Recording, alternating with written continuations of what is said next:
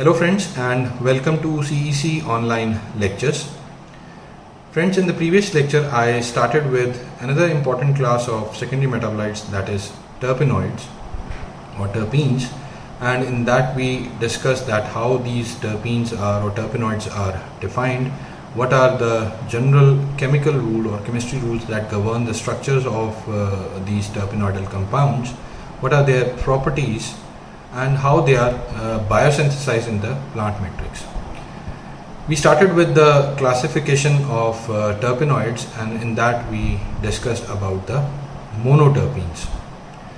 So friends, in continuation with the previous lecture, now I'll be starting with another class of terpenoids, that is sesquiterpenoids. Now, as we discussed previously that sesquiterpenes are the compounds that are made up of 3 isoprene units, so therefore they have 15 carbon atoms, and they are the major components of the volatile oils or the plants that bear or that possess volatile oils. Apart from the higher plants, they are also found in fungi, mosses and marine organisms. Again, they can be classified on the basis of their structure. They can be classified as acyclic sesquiterpenoids. If the compound are cyclic, they can be classified as cyclic sesquiterpenoids, and under cyclic they can be further classified as monocyclic, bicyclic or tricyclic sesquiterpenoids. And then we also have another class which is known as nor-sesquiterpenoids. So coming on to first the acyclic monoterpenoids. So as you can see, there are different examples of acyclic monoterpenoids, and farnesene is the most common example of acyclic sesquiterpenoid. Now these acyclic monoterpenoids, they occur as branched hydrocarbons having number of double bonds, which is normally 4 in number, and from the oxidation of farnesene we get a product which is known as farnesol. Now these farnesene or farnesene derivatives, they are largely found in the volatile oils of different plants. Vis-a-vis, they have also been found in the pheromones of certain insects also. Then we move on to the cyclic sesquiterpenoids, and the first class is the monocyclic sesquiterpenoids. Now, depending upon the structure, these monocyclic sesquiterpenoids can further be classified into bisabolin, elimane, germacrane and humulene type of monocyclic monoterpenoids, monocyclic sesquiterpenoids. As you can see, the structure of these 4 subclasses of monocyclic sesquiterpenoids on your slide.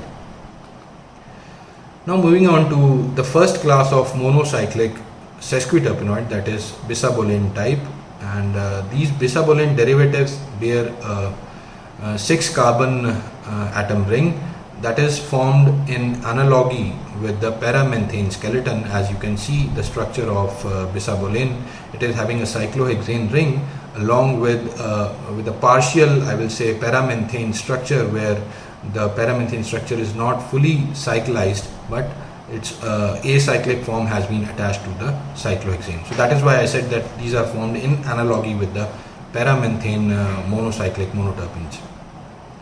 Now the common examples of monocyclic sesquiterpenes or sesquiterpenoids is zinchibarin, which is commonly found in Gingiber officinalis, and beta curcumine, which is found in Curcuma aromaticum, which is commonly known as white turmeric. Now another class of monocyclic sesquiterpenoid is germacrane type, and they have a 10 membered ring system, and they are more prevalent in comparison to the previous class of sesquiterpenoid. And germacrane D is the compound which is largely distributed in the plants in comparison to its other derivatives like germacrane A and B. Further, germacrane type of compounds have also been found in the pheromones of certain insects. The third class is humulene type of monocyclic sesquiterpenoids, and these are formed by the cyclization of farnesene molecule, wherein there is a bond formation between the first carbon and the 11th carbon of the farnesene molecule, as you can see on the slide in the structure. And these are less prevalent than the germicrin type of sesquiterpenoids. And alpha humulene, which is found in Humulus lupulus, which is commonly known as hops,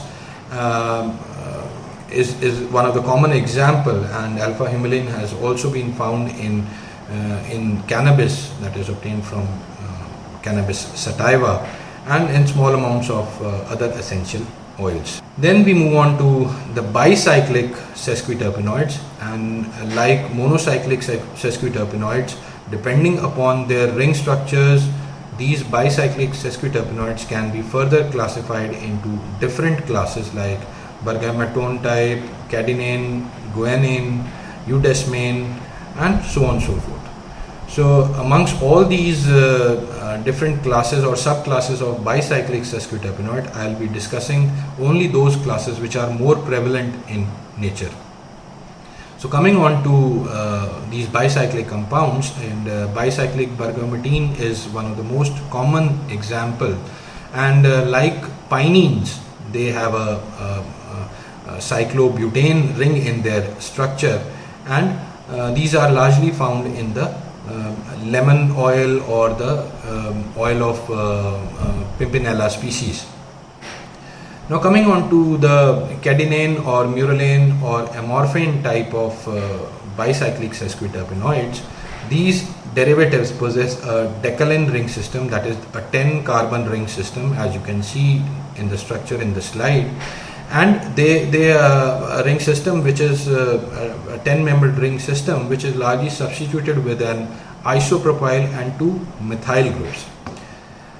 Now these cadenanes, they arise by the cyclization, or I will say the bond formation between the carbon 1 and carbon 6, as well as between the carbon 5 and carbon 6 of the farnesene ring system. If you go back and look into the structure of farnesene, here it is.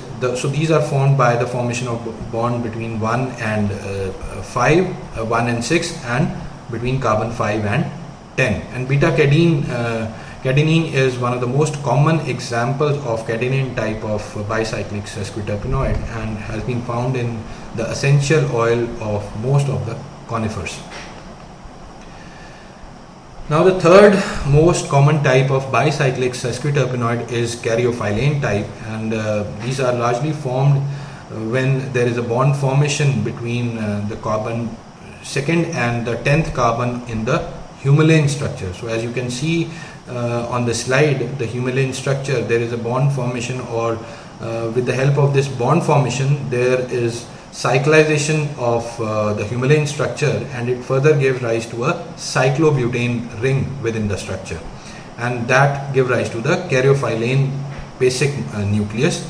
And the compounds having this type of basic nucleus, or we can say caryophylline type of nucleus, they are known as caryophyllenes. And beta caryophylline is one of the most common example, along with its oxygenated derivative, that is beta caryophylline oxide.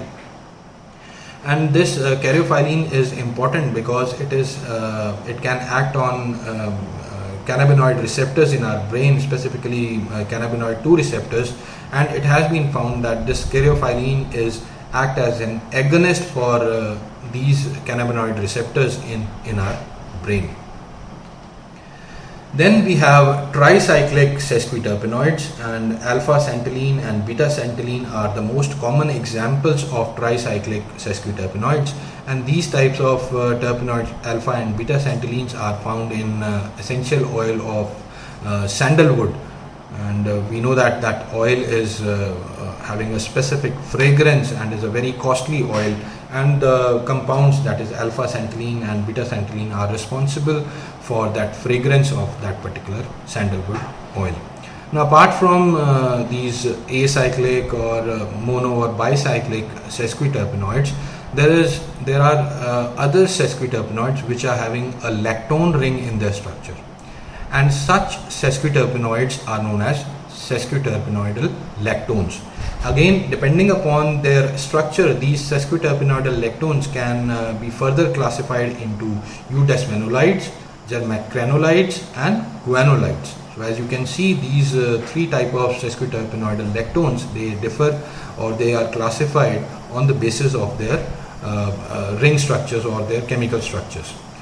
Now, discussing each and every class will be beyond the scope of this lecture. I will be just giving you an important example of a sesquiterpenoidal lactone compound, which is artemisinin, and it is an endoperoxide sesquiterpenoidal lactone compound, as you can see in the structure.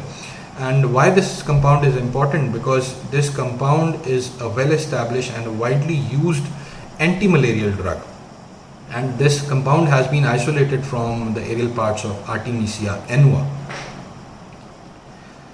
Now we move on to the diterpenoids, and as we discussed in the previous lecture, that the compounds which are having 4 isoprene units, they are considered as diterpenoids, and obviously since they are having 4 isoprene units, they will have 20 carbon atoms in their structure.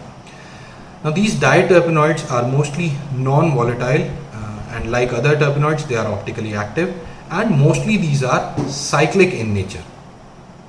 They have a more wider distribution than mono and sesquiterpenoids, and they are found in plants, they are found in fungi, they are found in insects, and as well as they are also found in marine organisms.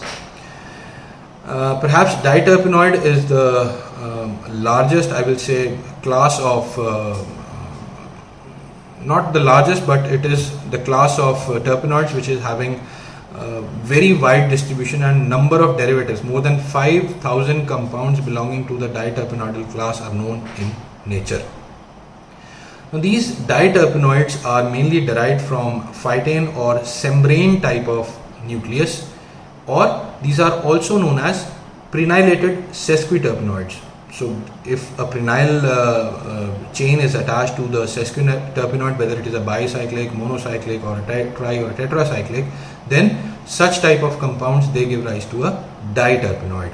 And as you can see, the structure of phytane and membrane, these are altogether two different structure, and that is why I said in my previous lecture also that terpenoids are the compounds which have large diversity in their chemical structures.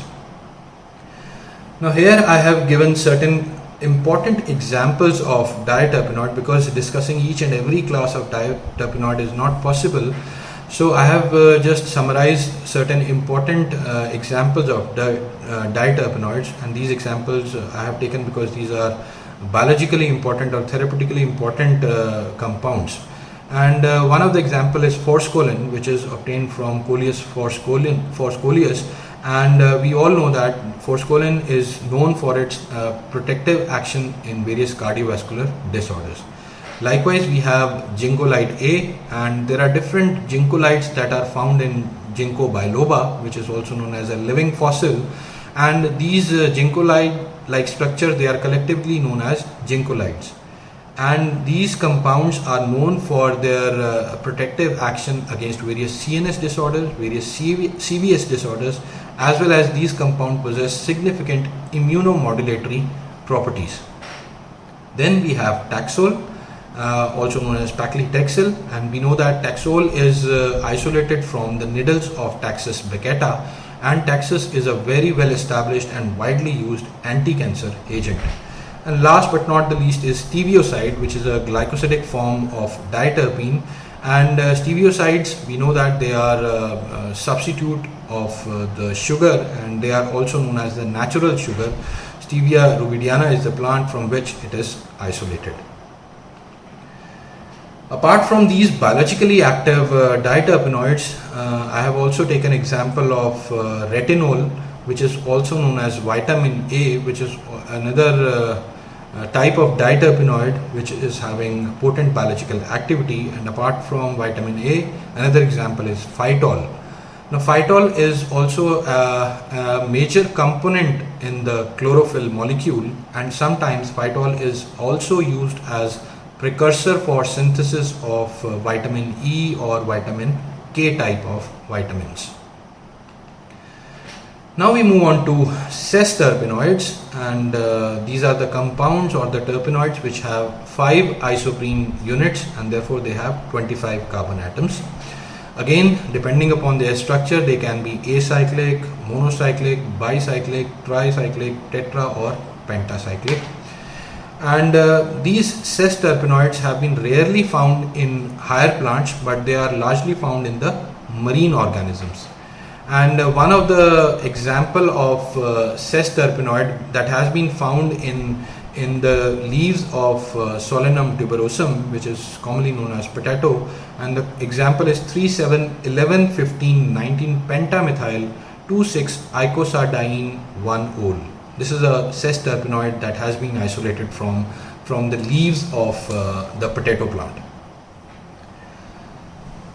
Next is the triterpenoids, and these types of terpenoids, they have 6 isoprene units in their structure, and therefore they have 30 carbon atoms in their structure. Now these triterpenoids are formed by the dimerization of 2 farnesyl pyrophosphate, that is FPP molecules, and when these dimeric product of farnesyl pyrophosphate structures, it undergoes cyclization, or before, when they get dimerized, they give rise to an intermediate which is known as squalene, and this squalene further undergoes cyclization reactions, and it gives rise to 2 different type of triterpenoids, which can be classified on the basis of the number of the rings that are present in their structure. So as you can see on the slide, these triterpenoids are broadly classified into 2 groups, that is, one having 4 rings in their structure, therefore they are known as tetracyclic triterpenoids, and these tetracyclic triterpenoids are also known as steroidal triterpenoids. And the second class has 5 rings in their structure, and therefore they are known as pentacyclic triterpenoids. So we can say that triterpenoids are broadly classified into 2 groups: tetracyclic or steroidal triterpenoids and pentacyclic triterpenoids. So here you can see that 2 farnesyl molecules, they get dimerized to give rise to squalene, and squalene further undergo cyclization to give an intermediate, and this intermediate further give rise to different types of tetracyclic triterpenoids, and in this I have seen prostane and demerane type of triterpenoids. Now again, these subclasses of triterpenoids can further be classified on the basis of their structure. So as you can see, these tetracyclic or steroidal triterpenoids can be classified depending upon their structure into various classes, and I have taken examples of only 3 classes, that is lenostane, cucurbitane and demerane type of tetracyclic steroidal triterpenoids. You can see the variation in their structures, and the most common example of lenostane type is the ganoderic acid, and for cucurbitane it is cucurbitacin, and for demerane type of steroidal triterpenoids is panaxoside A, which is largely found in the panax ginseng, or they also contain other demerane type of triterpenoids which are known as ginsenosides. Now the pentacyclic triterpenoids, they are also classified into different classes on the basis of their structure, and you can see they can be broadly classified into arsane type, oleonane type or lupane type. Though there are other classes of pentacyclic triterpenoids also, but these are the most common classes, and the common example of arsane type is ursolic acid, whereas oleonane type is the oleanolic acid, which is widely distributed in the plant kingdom, and for lupane type the most common example is lupiol, which is again widely distributed in the plant kingdom. So the next class of the terpenoids is the tetraterpenoids. So as we discussed in the previous lecture, these are the type of the compounds which have 8 isoprene units, or we can say they have 40 carbon atoms in their structure, and commonly they are known as carotenoids or their derivatives. And the most common example of carotenoids is beta carotene and lycopene. We know that beta carotene is largely found in carrots, whereas lycopene is largely found in the tomatoes. And these tetraterpenoids, or I will say carotenoids, they do not follow the special isoprene rule, which states that the isoprene units in the terpenoids, they are attached through a head-tail arrangement, whereas as we discussed in the previous lecture, these carotenoids, they have an tail-to-tail type of arrangement in their structure. Now another derivative of these carotenoids are apocarotenoids and diapocarotenoids. Now apocarotenoids are those compounds where the terminal group from the carotenoid is removed, and as you can see on the slide, I have taken example of beta carotene, and when the terminal group of beta carotene is removed, it gives rise to beta carotenyl. So this is an example of apocarotenoid. Likewise, if both the terminal groups are removed from the carotene molecule, it gives rise to a diapocarotenoid. And alpha crocine is an example which you can see on the slide. You can see on the structure of alpha kerosene where the terminal groups are removed and the terminal groups are replaced by the sugar molecules. Now alpha crocine, we all know that it is a yellow orangish pigment which is largely found in Crocus sativa, which is commonly known as saffron or kesar. Now we move on to the last class, that is polyterpenoids, and as we discussed in the previous lecture, that the terpenoids which are having isoprene units more than 8, they are classified as polyterpenoids, and if the isoprene units are up to 10, such polyterpenoids are known as prenylquinones. And these prenylquinones, they undergo reduction to the corresponding hydroquinones, which undergo cyclization to produce chrominols or chrominols, which I will show you in the next slide. Now various lipid soluble prenyl benzoquinones that are derived biogenetically from amino acids like phenylalanine or tyrosine, and such amino acids are present in almost all the aerobic organisms. Therefore such compounds, these prenyl benzyl benzoquinones, they are also known as ubiquinones because they are ubiquitous in nature, and that is why ubiquinones is another term that has been given to such compounds.